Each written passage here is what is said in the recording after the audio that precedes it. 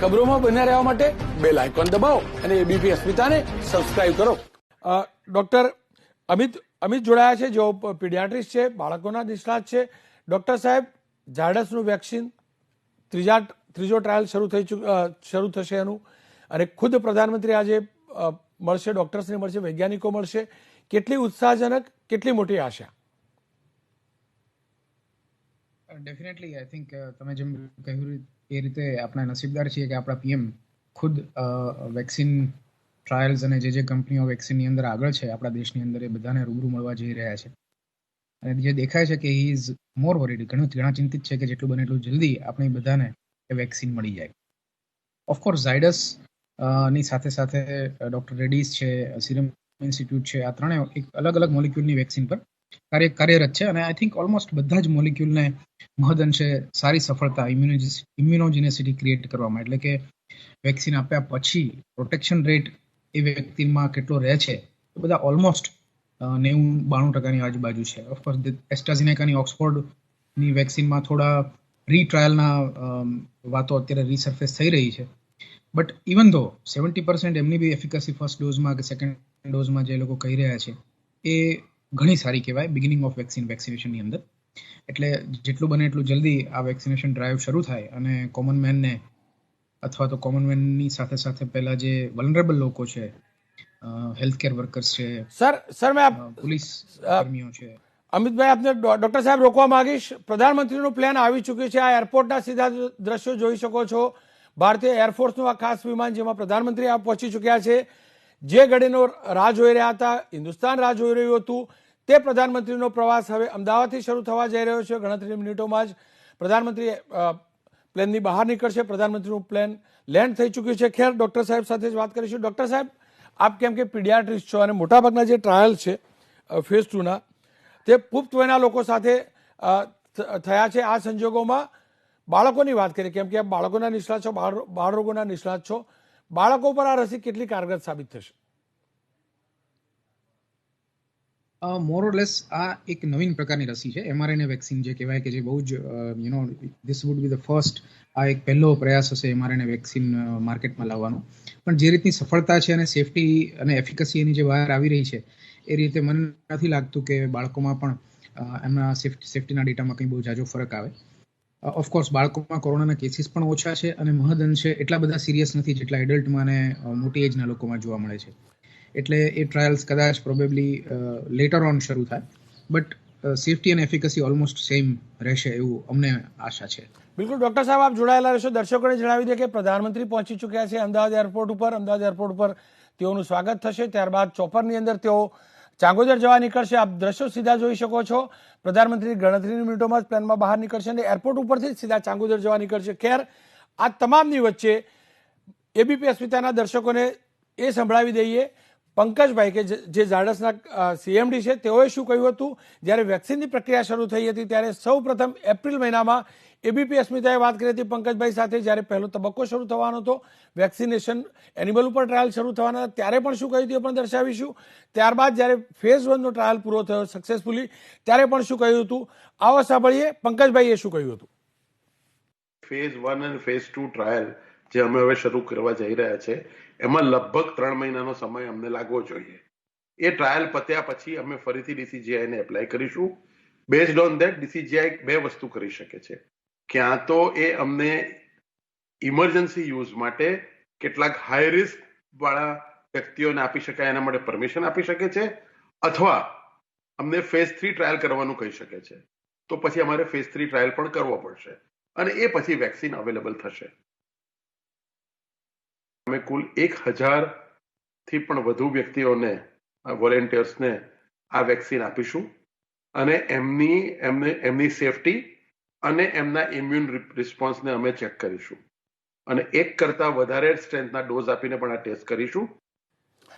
Doctor Amit, તમે વાત કરી હતી પંકજભાઈ સાથે ઘણા દિવસો પહેલા, અને તેઓએ જે આત્મવિશ્વાસ વ્યક્ત કર્યો હતો એ સ્પષ્ટ રીતે છે કે એ જ પ્રમાણે, એ સ્કેડ્યુલ પ્રમાણે કામ થઈ રહ્યું છે.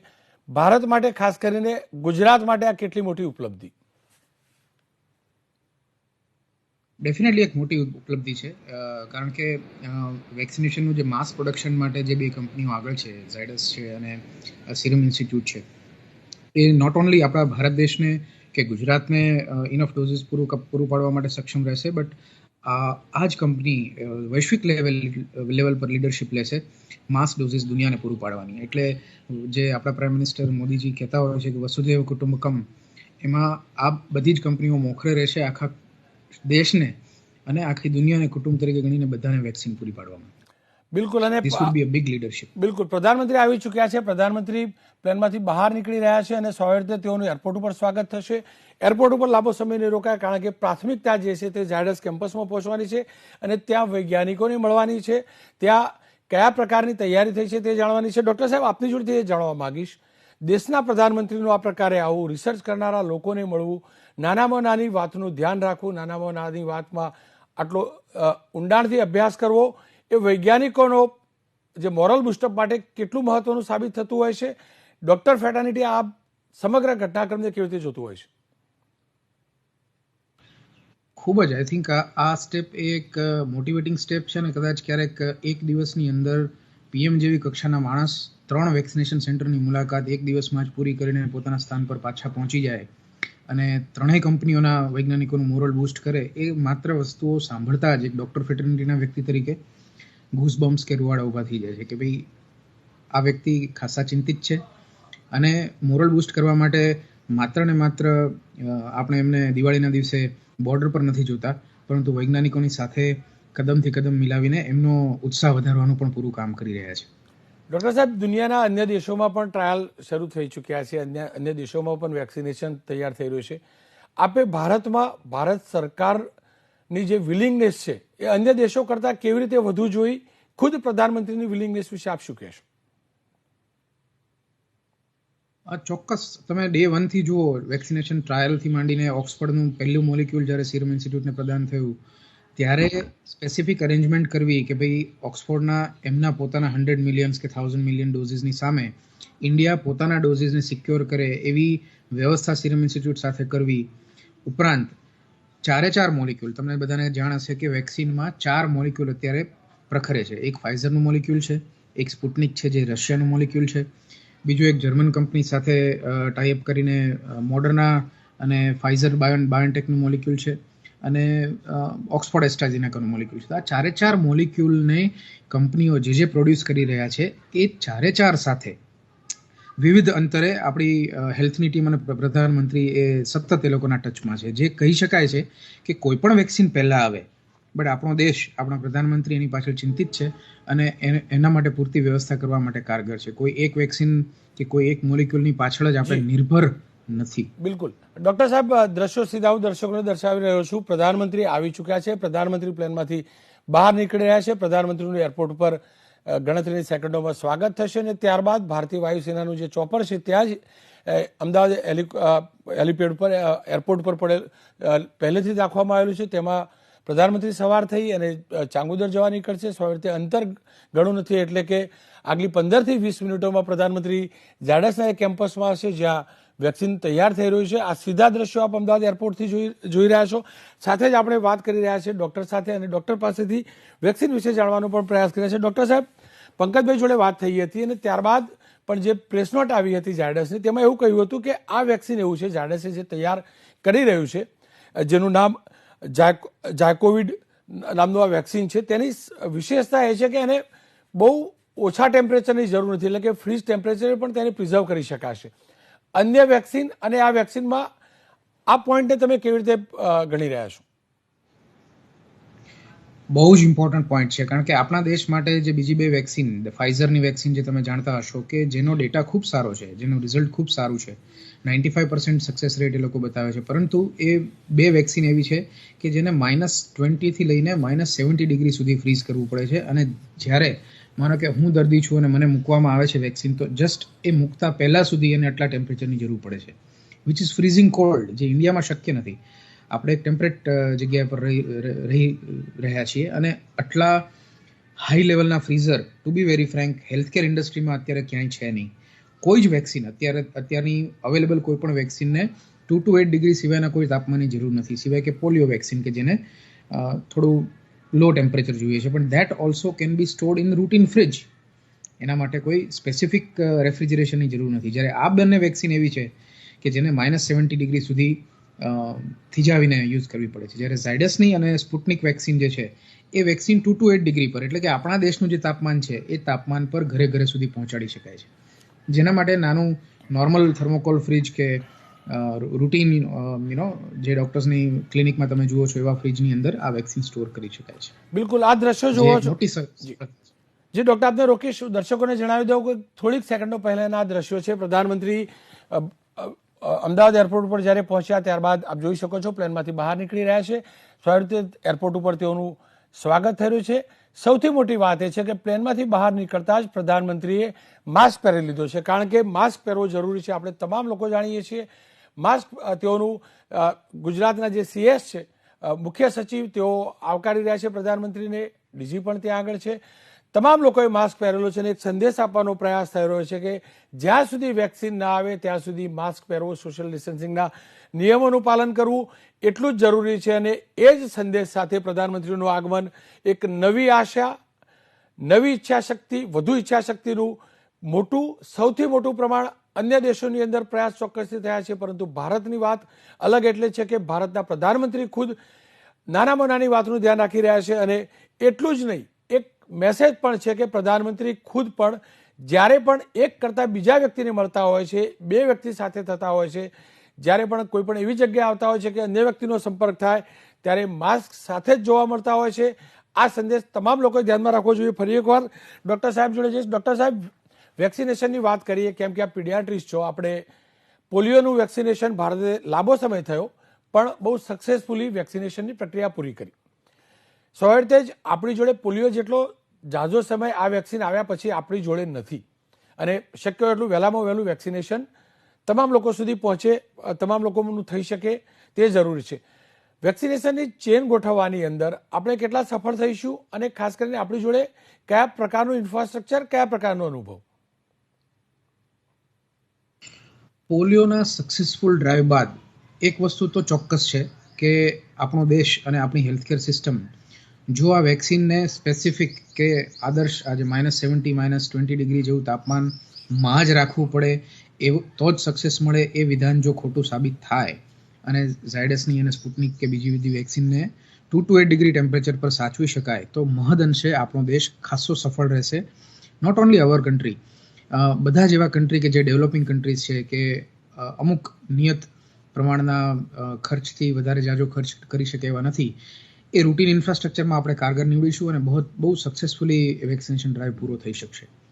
માત્ર ને માત્ર એક જ અડચણ આવી શકે છે કે એ મોલિક્યુલ કેટલું જલ્દી આપણી પાસે આવે છે અને એના લાંબા લોંગ ટર્મના ટ્રાયલ્સ શું કહે છે. અત્યારે આ બધી તમે જેમ ઝાયડસના મેઇન વ્યક્તિ સાહેબ સાથે જે હમણાં વાત કરી પટેલ સાહેબ જોડે, એ ક્લિયરલી કહી રહ્યા હતા કે ઇમરજન્સી યુઝ માટે અત્યારે તાત્કાલિક ધોરણે એને મંજૂરી મળશે. હવે ઇમરજન્સી યુઝમાં મંજૂરી મળ્યા બાદ આગળના ડેટા એના સક્સેસ રેટના હરેક વેક્સિનના શું કહે છે એના પર પૂરેપૂરો મદાર છે.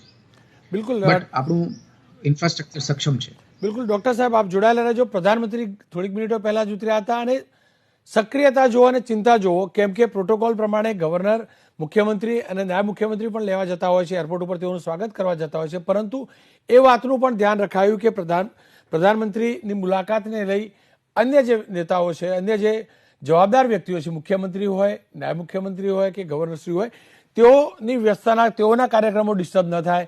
અને એ જ કારણ રહ્યું કે રાજ્યના મુખ્ય સચિવ પહોંચ્યા, ડીજી પહોંચ્યા, મુખ્યમંત્રી નહોતા, ગવર્નરશ્રી નહોતા, નાયબ મુખ્યમંત્રી નહોતા. આ જ બતાવે છે કે પ્રધાનમંત્રી નાનામાં નાની વાતની કેટલી ચીવટ રાખે છે.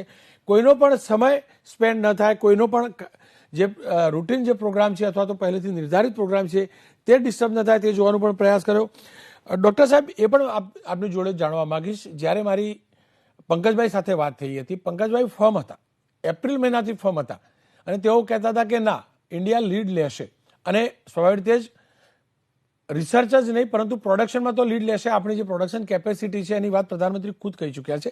એક બીજી વાત, સારી વાત એ પણ જોવા મળી અને મેં જાણી, જે ઝાયડસની જે જૂની પ્રેસ નોટ હતી એની અંદર, કે ઝાયડસ એવું વેક્સિન તૈયાર કરી રહ્યું છે કે જો વાયરસ એના કેરેક્ટરિસ્ટિક બદલે, એટલે કે એની વર્તણૂક બદલે, એનું ચરિત્ર બદલે, તો જે વેક્સિન હશે ઝાયડસનું એમાં એના મોડિફિકેશનમાં ઝાઝો સમય નહીં લાગે. આ કેટલી સકારાત્મક સાઇન? ચોક્કસ સકારાત્મકતા કહેવાય. અને એ જ મુદ્દો છે કે જે આપણે વાત કરી રહ્યા હતા કે જેટલું ઝડપથી આ વેક્સિનેશન ડ્રાઈવ શરૂ થાય અને ફર્સ્ટ ફેઝ પૂરો થાય એના પરથી પૂરો મદાર રહેશે કે વાયરસ કેટલું જલ્દી એનું પોતાનું સ્ટ્રક્ચર બદલે છે. કારણ કે વાયરસ એક એવી વસ્તુ છે કે કોઈ પણ જીવ આ દુનિયામાં એવી વસ્તુ છે કે જેટલા વધારે ને વધારે લોકોને સ્પર્શશે એટલું એ વાયરસ સમજતો જાય છે કે હું એ જ વ્યક્તિને મારી રહ્યો છું.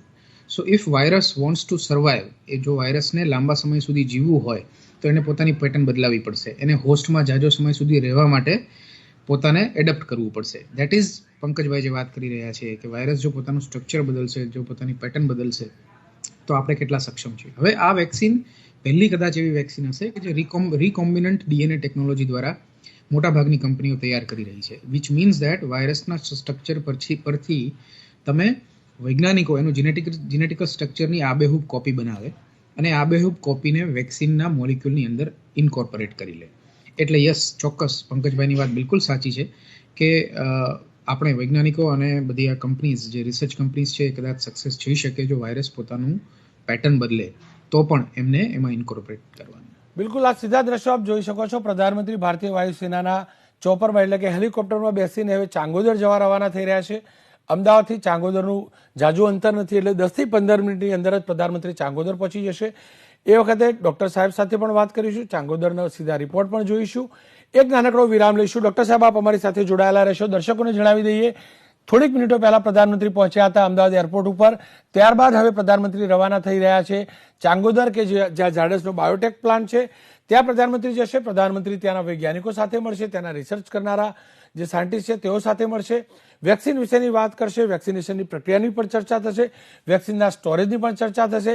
અને સ્વાભાવિક રીતે આ ચર્ચા માત્ર અમદાવાદ કે એક જ કંપની નહીં, પરંતુ એક જ દિવસમાં 3 જગ્યાએ, જી હા, હૈદરાબાદમાં, પૂનામાં 3 જગ્યાએ પ્રધાનમંત્રી આ ચર્ચા કરશે. અને પ્રધાનમંત્રી વેક્સિનેશનની જે પણ પ્રક્રિયા છે, વેક્સિનેશનના જે પણ રિપોર્ટ છે તેને લઈ હરમેશ મુખ્યમંત્રીઓ સાથે ચર્ચા કરતા રહ્યા છે, સાયન્સ વિભાગના વૈજ્ઞાનિકો સાથે ચર્ચા કરતા રહ્યા છે, હેલ્થ વિભાગના અધિકારીઓ સાથે ચર્ચા કરતા રહ્યા છે.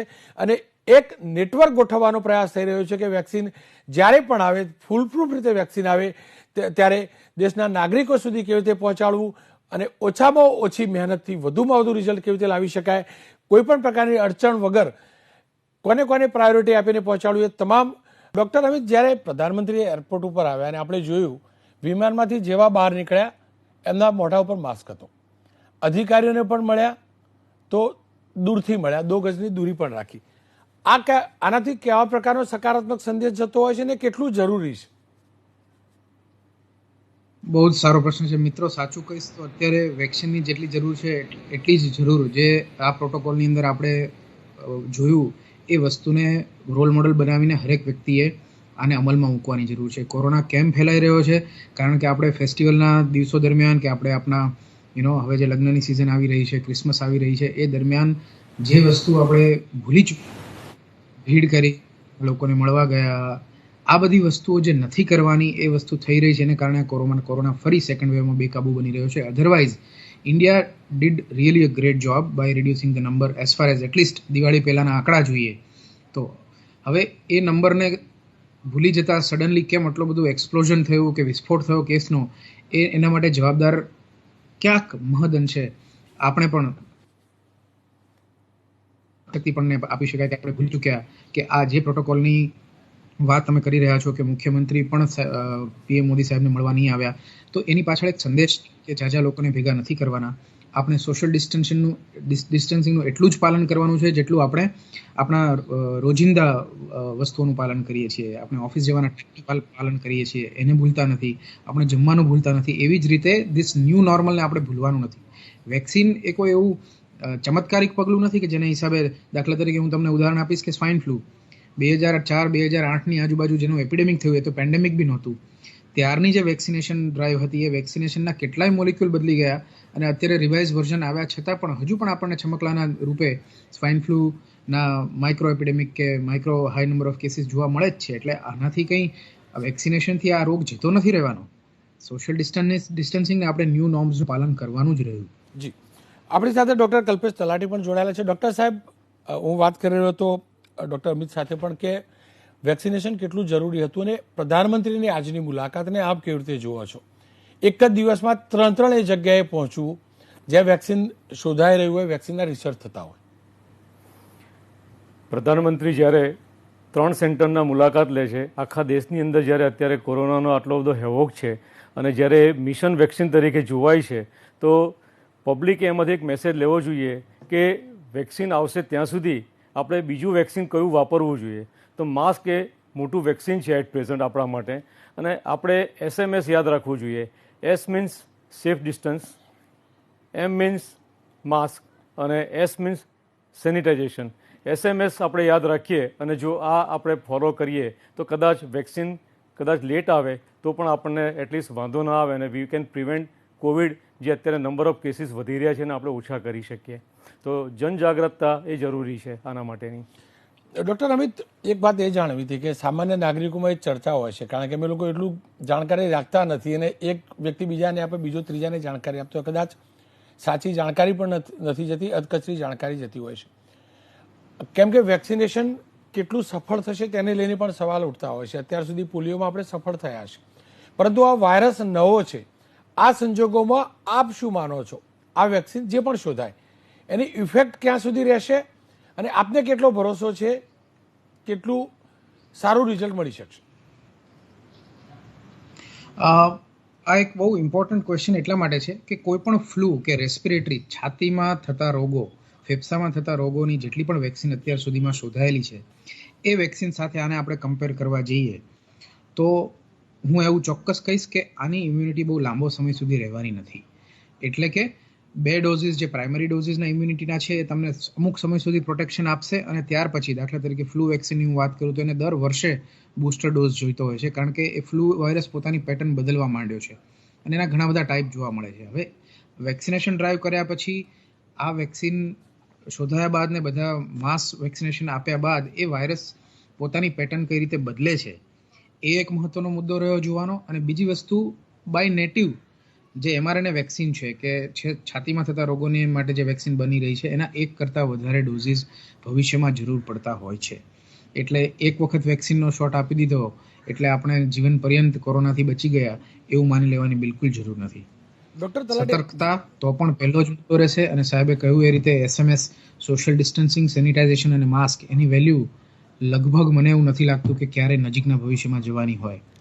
ડૉક્ટર તલાટી, આપની જોડે જાણવા માંગીશ, વેક્સિનેશન આટલું મોટું એટલે માસ વેક્સિનેશન થવાનું છે, આપ શું માનો છો કેવા કેવા લોકોની વેક્સિનેશનમાં જરૂરિયાત પડશે દેશને, અને શું આપણી જોડે એ પ્રકારનું ઇન્ફ્રાસ્ટ્રક્ચર છે કે 130 કરોડની જનતાને વેક્સિનેશન કરી શકીએ? કેટલો સમય લાગે જ્યારે પણ આ વેક્સિન ઇન્ટ્રોડ્યુસ થાય ત્યારબાદ?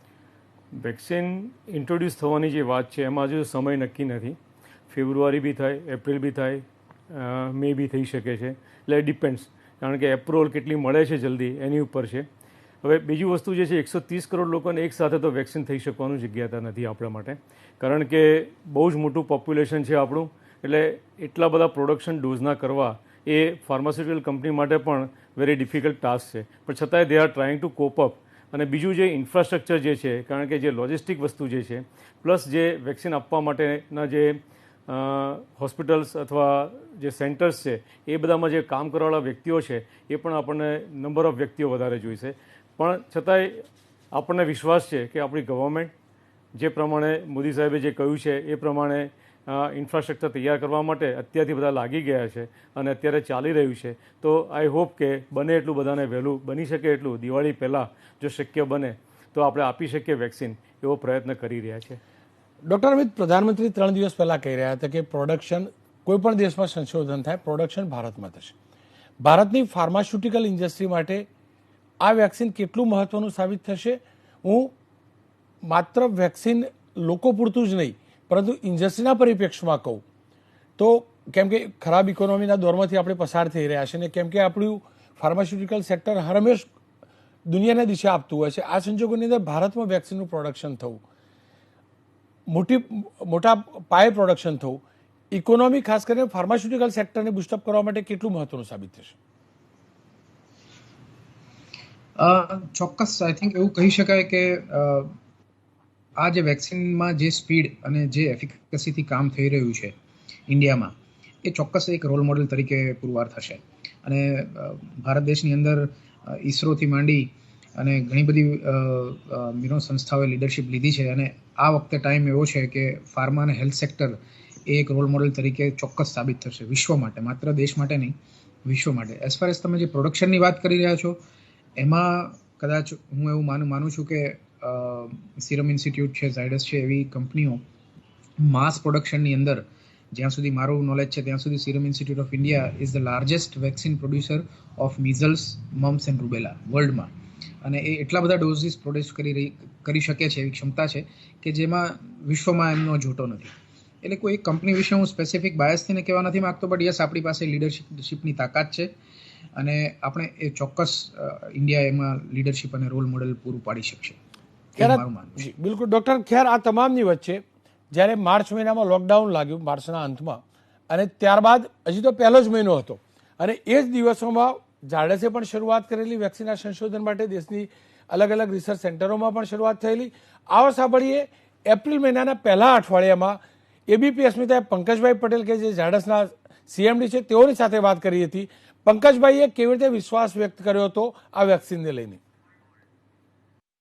आप लोग रिसर्च भी कर रहे थे पंकज भाई, कोरोना को लेकर, उसके वैक्सीन को लेकर, वो बात कहाँ तक पहुंची और क्या उम्मीद है? हमारी जो वैक्सीन जो डेवलपमेंट चल रही है, उसमें हमने वैक्सीन का इनिशियल लॉट बनाया है. उसको अभी हम एनिमल टेस्टिंग में कर रहे हैं. अगले मंथ तक हमको एनिमल टेस्टिंग के रिजल्ट मिलेंगे. अगर ये रिजल्ट प्रॉमिसिंग हो गए तो हम क्लिनिकल ट्रायल में चले जाएंगे. हमें उम्मीद है कि नेक्स्ट क्वार्टर में. બિલકુલ, આ પંકજભાઈ હતા અને પંકજભાઈ એપ્રિલ મહિનામાં જ આ વિશ્વાસ વ્યક્ત કર્યો હતો. ડૉક્ટર તલાટી, આપની જોડે જાણવા માંગીશ, વેક્સિન આવી જશે, વેક્સિન લાગી જશે, કોરોના મુક્ત થઈ જશું, આ પ્રકારની વાતો કેટલી યોગ્ય, આપ શું માનો છો? વેક્સિન આવશે, પરંતુ હર્ડ ઇમ્યુનિટી ડેવલપ થવા માટે થોડો સમય લાગશે. હર્ડ ઇમ્યુનિટી એટલે શું છે કે જ્યારે પણ 50થી 80% લોકોને જ્યારે ઇમ્યુનિટી ડેવલપ થાય, that is called herd immunity. Herd immunity develop થવા માટે આઈધર લોકોને ઇન્ફેક્શન થઈ જાય એટલા લોકોને તો હર્ડ ઇમ્યુનિટી ડેવલપ થઈ શકે, અથવા વેક્સિન આપણે આપીએ તો થઈ શકે.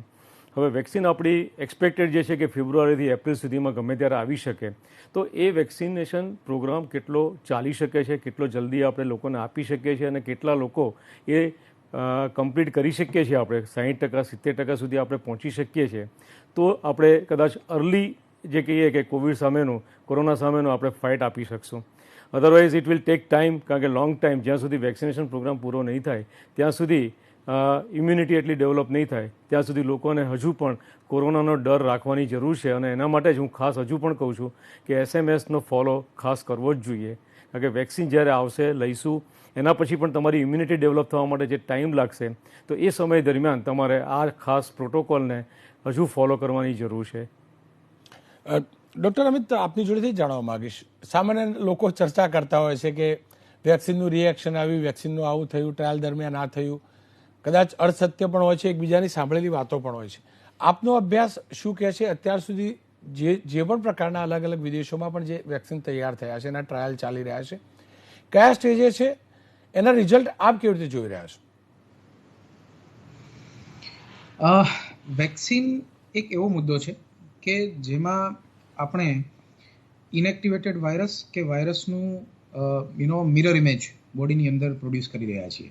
હવે એ નેચરલી જ્યારે ઇનેક્ટિવેટેડ વાયરસ કે ઇનેક્ટિવેટેડ મોલિક્યુલ ડિસીઝનો બોડીની અંદર જાય ત્યારે ઇટ ઇઝ હાઈ લાઇકલી, એના પૂરા ચાન્સીસ હોતા હોય છે કે યા તો એ નાના સ્વરૂપની અંદર એ જ રોગ કરે, નાના સ્વરૂપની અંદર, બહુ જ નાના સ્વરૂપની અંદર, કે જે જીવલેણ ન હોય, રિસ્ક વર્સિસ બેનિફિટ રેશિયો જેમાં બેનિફિટ તરફ વધારે હોય, અને જે કંઈ પણ સાઇડ ઇફેક્ટ જોવા મળે એ માઇનોર હોય, મેજર ના હોય, ત્યારે વેક્સિનને હ્યુમન યુઝ માટે બહાર લાવવામાં આવે. એટલે જો આ ટ્રાયલ, હ્યુમન ટ્રાયલ સક્સેસ જાય છે અને શરૂઆતના અમુક મોલિક્યુલ્સમાં જે આપણને સાઇડ ઇફેક્ટ્સ, પેરાલિસિસની કે CNS સાઇડ ઇફેક્ટ એટલે કે બ્રેઇન રિલેટેડ સાઇડ ઇફેક્ટ જોવા મળેલી અમુક કેસીસમાં વૈશ્વિક લેવલ પર, એવી સાઇડ ઇફેક્ટ જે હવેના તબક્કા દરમિયાન આ રિફાઇન્ડ મોલિક્યુલ્સની અંદર ન જોવા મળે, તો હું એવું કહીશ કે મહદઅંશે સાઇડ ઇફેક્ટ એ રિસ્ક વર્સિસ બેનિફિટ રેશિયોમાં બેનિફિટ વધારે કરતી હશે આ વેક્સિન બેનિફિટ વધારે કરતી હશે અને રિસ્ક ઓછું કરતી હશે ઇન કમ્પેરિઝન ટુ વ્યક્તિને જો કોરોના થાય તો જે મહામારીમાંથી એને પસાર થવું પડે રાધર દેન વેક્સિનમાં આપવાથી જે સાઈડ ઇફેક્ટ થાય એની વચ્ચે જમીન આસમાનનો તફાવત હોતો હોય છે. વેક્સિનમાં માત્ર તમે માઇલ્ડ સાઈડ ઇફેક્ટ દાખલા તરીકે ફીવર, થોડી વીકનેસ, જે જગ્યાએ વેક્સિન આપેલી હોય એ જગ્યાએ થોડો સોજો આવવો વગેરે જેવી કોમન સાઈડ ઇફેક્ટ્સ જોવા મળતી હોય. મેજર સાઈડ ઇફેક્ટના ચાન્સીસ હું બહુ લાંબા ગાળાના ટ્રાયલ વગર અત્યારે કમેન્ટ કરવા માટે અસક્ષમ રહીશ. ડૉક્ટર અમિત, આપ અમારી સાથે જોડાયા બદલ ખૂબ ખૂબ આભાર. આશા રાખીએ કે વેક્સિન સારી રીતે આવે, વેક્સિનેશનની પ્રક્રિયા પણ સારી રીતે પૂરવી પડે. આપનો ખૂબ ખૂબ આભાર. ડૉક્ટર સાહેબ, આપની જોડે જાણવા માંગીશ, આપ શું માનો છો, આ વેક્સિનની કોઈ સાઈડ ઇફેક્ટની આશંકા ખરી? અત્યાર સુધીના જેટલી પણ કંપનીઓના ટ્રાયલ્સ થયા છે કે ફેઝ 1, ફેઝ 2 અને ઘણી કંપનીઓના ફેઝ 3 ટ્રાયલ થયા છે, તો એમાં એક્સટર્નલ જે સાઈડ ઇફેક્ટ્સ છે લાઈક કે લોકલ સાઈડ ઇફેક્ટ્સ, તો જ્યાં આપણને વેક્સિન આપવામાં આવે છે ત્યાં જે સ્કિન લીઝન કંઈ થયા હોય અથવા ત્યાં રેડનેસ હોય અથવા ઇચિંગ હોય એવું જે થયું હોય. સેકન્ડ, જે સિસ્ટેમિક જેને કહીએ છીએ કે જસ્ટ ખાલી ફીવરિશ ફિલિંગ થઈ હોય કે મલેઝ જેવું હોય કે બોડી એક એવું હોય જે remains for a day or two, ક્યારેક કોઈકને સ્લાઇટ ડાયરિયા જેવું થયું હોય, બટ ધીઝ આર ઓલ જે કે યુઝ્યુઅલી આપણે જે વેક્સિન અત્યાર સુધીની જે એપ્રુવડ વેક્સિન પણ લઈએ છીએ તો એની પણ સાઈડ ઇફેક્ટ આવી થતી હોય છે. એટલી સાઈડ ઇફેક્ટ નોટિસ થયેલી છે. અમારો ફેઝ 2 ટ્રાયલ જે કમ્પ્લીટ થયો છે ઝાયડસનો, તો એમાં અમે અત્યારે મેજર કોઈ સાઈડ ઇફેક્ટ્સ નોટિસ નથી થઈ. આજે મેં તમને જે કહી એવી માઇનોર સાઈડ ઇફેક્ટ્સ અમે નોટિસ કરી છે. અને બાકી જે વર્લ્ડ લેવલે જે બધી બાકીની જે ફેઝ 3 કમ્પ્લીટેડ ટ્રાયલવાળી જે છે એમાં પણ કોઈ મેજર સિરિયસ અત્યારે કોઈ સાઈડ ઇફેક્ટ્સ આવેલી નથી એવું જે નોટિસ થયું છે અને ડ્રગ કમિટીએ પણ એપ્રૂવ કરેલું છે. તો અત્યાર સુધીમાં એવું માનું છું કે COVID-19ની જેટલી પણ એપ્રુવડ ફેસ થયા છે એ બધાની અંદર ક્યારેય મેજર સાઈડ ઇફેક્ટ્સ અત્યારે નોટિસ નથી થઈ.